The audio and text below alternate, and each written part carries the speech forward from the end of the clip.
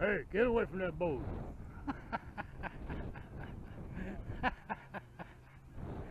What's going on, baby? The wind is howling again.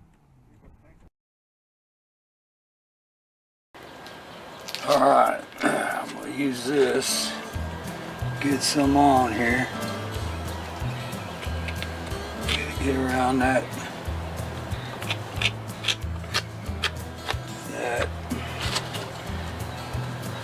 oil screw.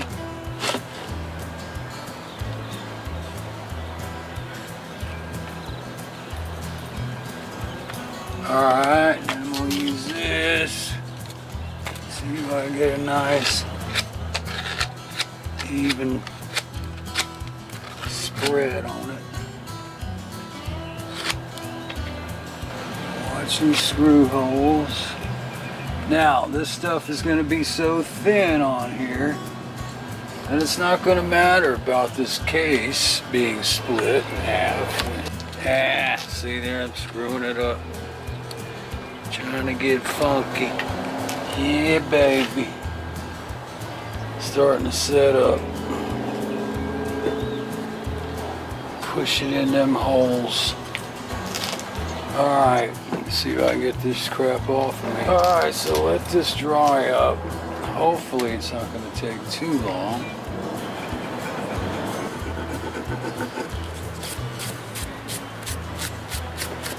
Let's get a layer on this side. I think I'm getting all this on the damn video. Alright, I'm going to leave it over here in the sun and let this first layer, probably, hopefully the only layer, dry up. You know, all I wanted to do was fill in, you know, the gaps, the holes, the corrosion. Fill that in, smooth this out. Once it's all filled in, smoothed out, then I'm going to hit it with the primer surfacer. And the surfacer fills in the rest of the imperfections. You may have to put 3 damn coats on there. If you've seen any of my outboard videos that I painted the outboards and stuff, kind of explain how and what I used. And that's what's going to happen here. Same thing. Like I said, I'm not doing this, not trying to encase this thing. So it's been a couple of days, and it was actually a little bit sticky there for a couple of days. And so was I.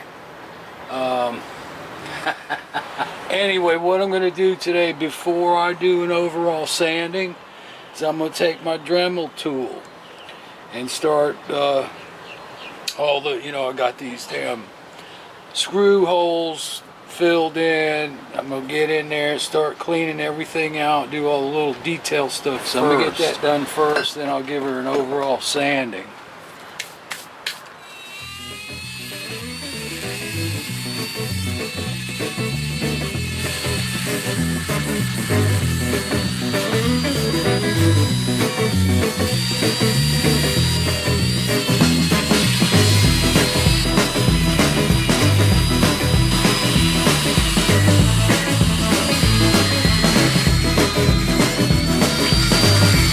That wasn't too bad.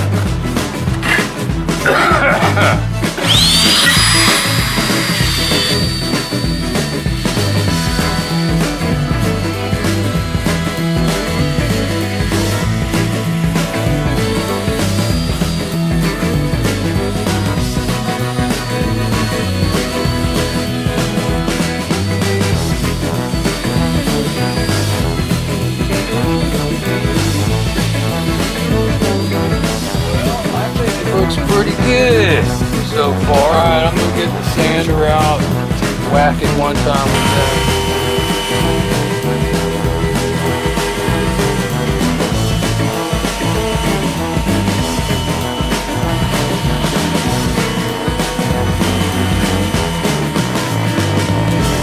That's that side with, you know, that's about as much as I'm gonna get with the sander. The rest is going to be by hand because you just can't get that sander in there. Looks pretty good. Hand sand the rest, my detail. And still got to pick some parts out, pieces out. But boy, that sure does look better than it did. Hee hee hee. I mean, it's just basic body work if you think about it. Like I said, it's not a total restoration, just trying to clean it up a little bit, make it look pretty. Prime painted. She gonna look good, baby. Did some wet sanding here, and there's a few little spots. I'm probably gonna, you know, throw a little bit in, you know, but it's coming out pretty good. So I did a little touch up and some spots. Might have went a little bit crazy. I think it's gonna be all right. Like I said, it's not supposed to be perfect. It's not a restoration. It's just a cleanup, and let this stuff dry up. Quick sanding, bing bang. Anyway, I've got a clean rag. I've got some alcohol. I'm gonna wipe this thing down before I shoot any primer on it.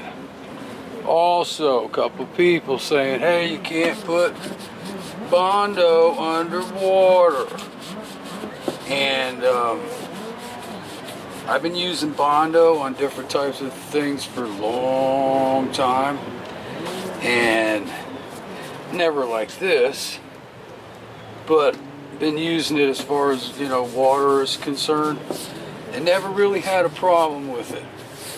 But this is just a cleanup. It's not a, you know, restoration by any means. Just clean this thing up, and the case is not going to be sitting in the water day in and day out. It's going to be out of the water. Only going to be in the water when I'm using the boat. It's a very thin layer of Bondo. It is going to be covered in primer and paint. Anyway, if it lasts for a while, fantastic. If it don't, no big deal. Bondo's cheap. The paint was cheap. You know, so it's not like I'm spending $100 to get this thing in shape. I think it's going to be fine once the paint and primer and everything is on there. Shouldn't, you know, shouldn't have anything to do with this damn Bondo. And like I said, cheap, man, cheapo fix, thin layer. Alright, so this is the Duplicolor. All the automotive parts houses carry this crap. Fills deep, scratches, sands easily. Now, this wasn't what I used to use. Like I said, I was using a primer surfacer. So this is probably going to be even thicker than the surfacer. Alright, so I've got this thing laying flat because I want to get a flat coat on both sides so it can sink in and do its job without any sagging. Normally I'm going to have it hanging to spray it. But with this stuff, like I said, I want to get a flat, nice flat, even coat on both sides first. Alright, got mask on.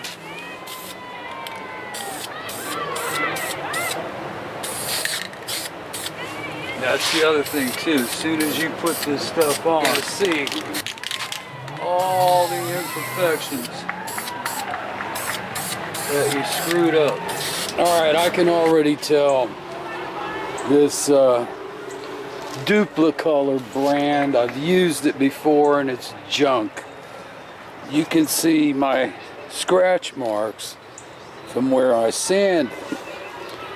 And the reason I didn't go over this with a finer grade sandpaper is because that stuff that I normally use would hide that unbelievably fast. This stuff here is crap compared to the other stuff. I just sprayed the shit out of that again. Nice thick heavy coat, and you can still see my scratch marks. It pisses me off, man. If I had known it was going to be this situation, I would have sanded that baby down with some 220 grit. But no, I didn't have to. I was going to get the primer surfacer. Frickin' frackin' schmackin' friggle fraggle. Alrighty, there it is with the first coat of white Krylon. You know, it's cheap Krylon paint and it's cheap primer filler. I mean, that stuff didn't work on the fill. I mean, I've dumped it on here, trust me. But it's a cheap fix, you know. It's not, you know, just supposed to clean her up a little bit. That's gonna do it, man. That's gonna do it. I think I got enough white paint on there. Like I said, it's not perfect, but shit. I mean, 12 bucks for paint, $5 for Bondo. It's not a bad way to go.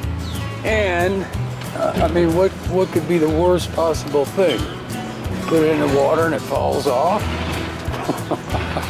I don't know about that. Alright, so that's what we do is we sit out here and bake, and but I don't think I'm gonna do anything else to it.